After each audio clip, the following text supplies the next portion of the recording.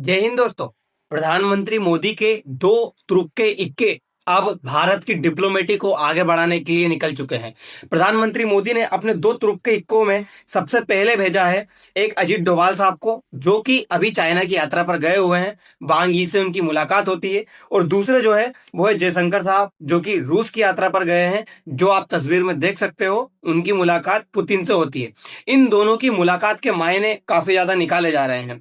मायने इस बात के निकाले जा रहे हैं क्योंकि अभी होने वाली है भारत के अंदर सितंबर के महीने में 13 से 14 सितंबर के बीच में ब्रिक्स की मीटिंग। और ये ब्रिक्स की मीटिंग इतनी ज्यादा इंपॉर्टेंट इसीलिए बताई जा रही है क्योंकि अभी हुआ क्या था कि जो ये दोनों हैं, जिसमें एक पुतिन साहब और एक ये शी जिनपिंग, इन दोनों की नजदीकियां काफी ज्यादा आ रही थी। और इन दोनों की नजदीकियां बढ़ने से भारत की अमेरिका के साथ दुश्मनी बढ़ रही थी।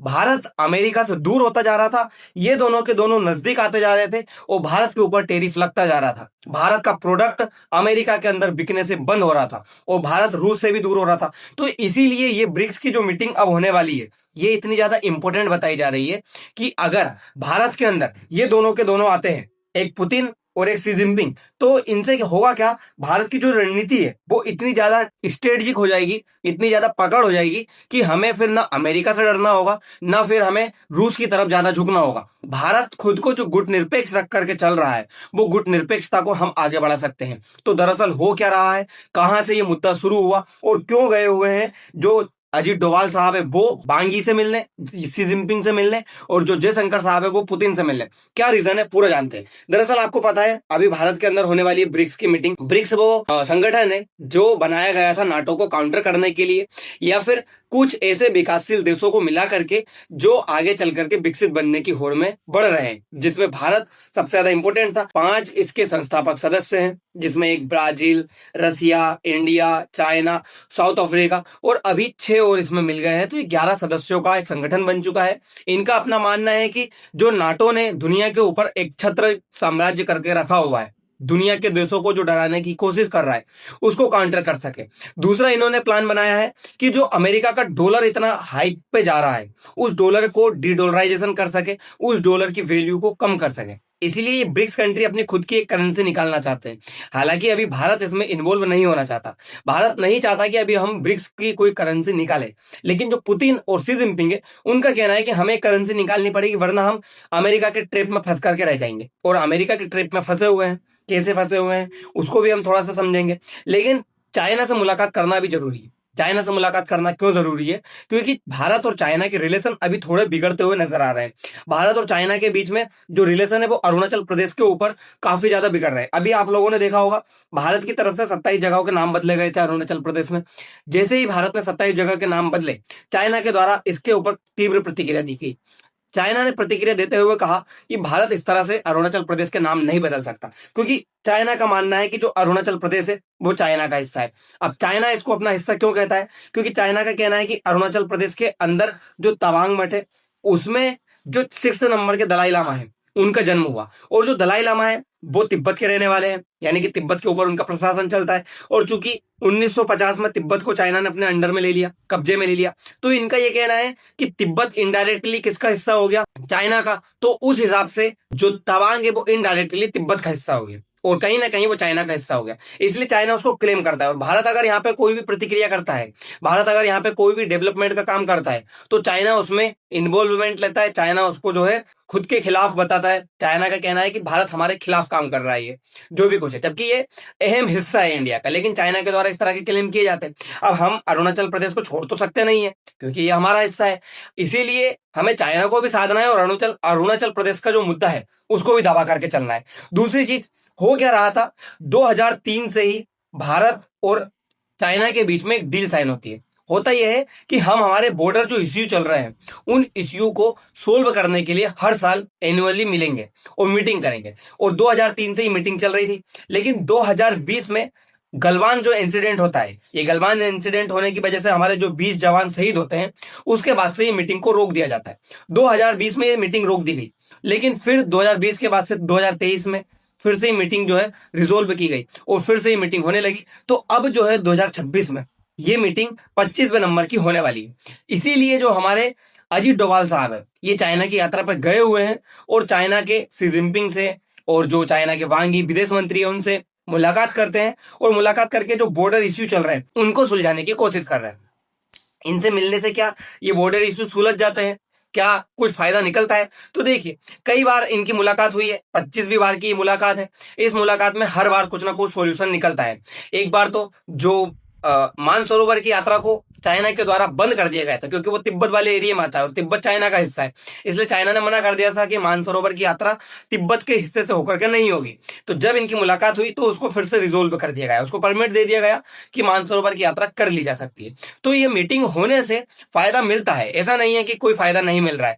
मीटिंग होगी, आपस में बैठेंगे, मुलाकातें होंगी, तो बातें बढ़ती है और बातें होकर के रिजोल्व तक पहुंचती है। तो इससे ये फायदा बहुत बड़ा होने वाला है। ये आप इसमें देख सकते हैं, अभी अनुमान लगाया जा रहा है, रॉयटर की खबर है कि China Xi Jinping likely to visit India with big delegation. हुआ क्या था, 7 साल पहले जो शी जिनपिंग भारत आए थे तब वो अपना 200 सदस्यों का डेलीगेशन भारत लेकर के आए थे, लेकिन अब अनुमान लगाया जा रहा है कि अपना 400 सदस्यों का डेलीगेशन जो है भारत लेकर के आ सकते हैं। तो ये अनुमान है कि आने वाले समय में शी जिनपिंग भारत की यात्रा करेंगे, क्योंकि अभी कयास ये लगाए जा रहे थे कि शी जिनपिंग भारत की यात्रा पर नहीं आएंगे, पुतिन भी भारत की यात्रा पर नहीं आएंगे, क्योंकि इससे पहले जो 7 साल पहले ये मिले थे, इससे पहले जो समिट हुई थी ब्रिक्स की, तो उस ब्रिक्स की समिट में ना पुतिन पहुंचे थे ना शी जिनपिंग पहुंचे थे, तो प्रधानमंत्री की मुलाकात हो नहीं पाई थी। लेकिन प्रधानमंत्री इस बार चाहते हैं मोदी कि ये भारत के अंदर आए, इसीलिए ये जो अपने 2 तुरुप के इक्के हैं वो भेजे हैं, एक अजीत डोभाल साहब को और एक जयशंकर साहब को। तो ये कहीं ना कहीं मिलाना चाहते हैं। दूसरी चीज, जो जयशंकर साहब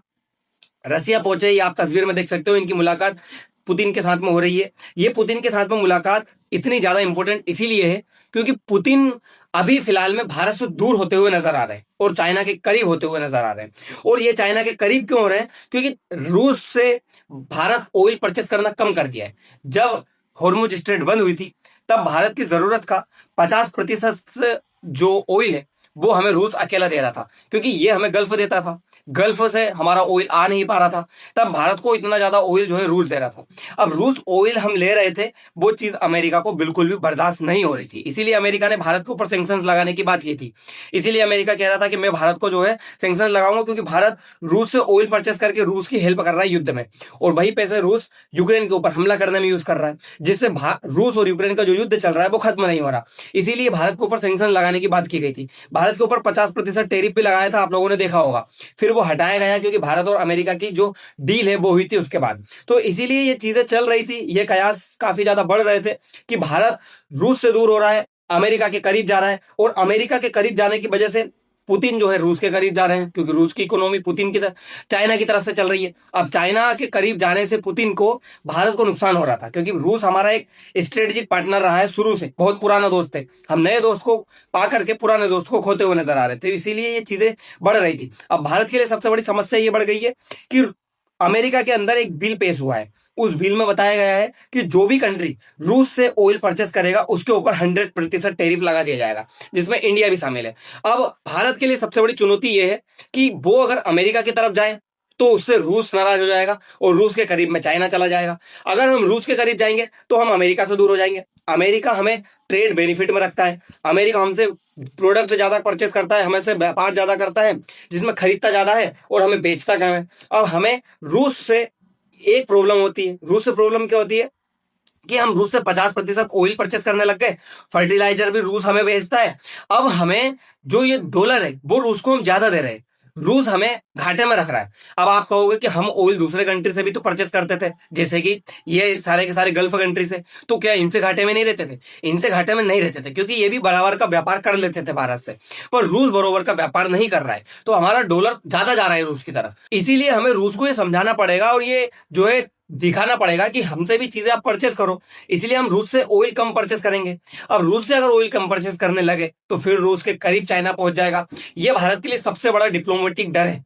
अगर चाइना करीब पहुंच रहा है तो भारत अपना एक अच्छा मित्र खो देगा, और ये मित्र का खोना कहीं ना कहीं भारत की रणनीति को हराता हुआ नजर आएगा। और अगर हम अमेरिका को साथ लेकर के चलेंगे, क्योंकि अमेरिका हमें फायदा देता है, इसीलिए तो आपने देखा होगा अमेरिका आए दिन हमें डराता रहता है कि आप रूस से परचेज मत करो वरना हम आपके ऊपर टेरिफ लगा देंगे, क्योंकि हमारा ज्यादा माल जो है अमेरिका में बिकता है। अगर टेरिफ लग जाएगा तो हमें घाटा होगा, हमें जो डॉलर आ रहे हैं वो डॉलर आने बंद हो जाएंगे, तो ये प्रॉब्लम क्रिएट हो जाएगी। इसीलिए चीजें चल रही है। अब देखिए, जो ये सर्जी लेग्रोगोर से मिलते हुए नजर आ रहे हैं, जयशंकर साहब जो पुतिन से मिलने पहुंचे हैं। ये मिलने क्यों पहुंचे हैं? ये इसी समस्या को रिजोल्व करने के लिए। हम चाहते हैं कि समस्या दूर हो जाए।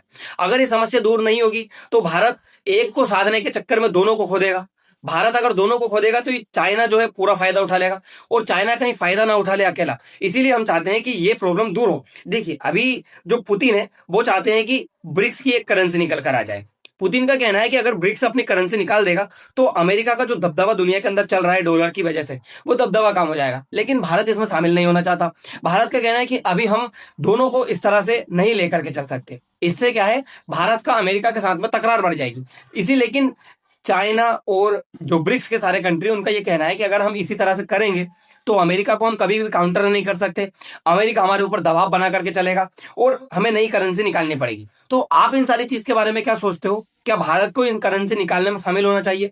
ब्रिक्स की अपनी नई करेंसी निकलनी ही चाहिए, क्योंकि ये करेंसी अगर नहीं निकलेगी तो अमेरिका का जो डॉलर का ऊपर दबदबा चल रहा है दुनिया के अंदर, सिक्का चल रहा है, वो सिक्का चलता ही रहेगा। वो भारत कहीं ना कहीं पिछाता रहेगा। भारत एक तरफ इसको रूस को भी साधेगा, भारत कहीं ना कहीं अमेरिका को भी साधेगा, और दोनों को साधने के चक्कर में अगर किसी एक को नहीं साध पाया तो चाइना उसके करीब हो जाएगा और वो हमसे दूर हो जाएगा। दोनों के दोनों भारत के लिए बहुत इंपॉर्टेंट बनते जा रहे हैं। अभी अमेरिका से हमारा व्यापार ज्यादा होता है, जिसमें अमेरिका हमें बेनिफिट में देता है, डॉलर ज्यादा देता है, और रूस हमें जो है शांत देता है, स्टेबिलिटी देता है। तो ये कहीं ना कहीं भारत के लिए बहुत जरूरी है। अब रूस को भी कैसे साधे, चाइना को भी कैसे साधे, तो ये कहीं ना कहीं हम इसीलिए इनको ब्रिक्स की समिट जो भारत के अंदर होने वाली है उस समिट में बुलाना चाहते हैं। और अनुमान है कि दोनों के दोनों कंट्री भारत आएंगे और भारत आकर के जो समस्याएं हैं उनको रिजोल्व करेंगे। जो बाउंड्री इशू चाइना के साथ चल रहा है वो इशू सबसे पहले दूर करना है हमें, क्योंकि अगर वो इशू दूर नहीं होगा तो चाइना और भारत के जो बॉर्डर पे तनातनी चलती है वो कभी भी खत्म नहीं होगी। इसको दूर करने के लिए कुछ ना कुछ करना होगा। तो दोस्तों, ये सारी चीजों के बारे में आप क्या सोचते हो? आपको क्या लगता है कि प्रधानमंत्री मोदी के द्वारा जो ये 2 तुर्क के भेजे गए, ये भारत के लिए बहुत जरूरी थे या नहीं? इन सारी चीज के बारे में आप जरूर बताइएगा। फिलहाल के लिए इतना ही, मिलते हैं अगली वीडियो में। धन्यवाद।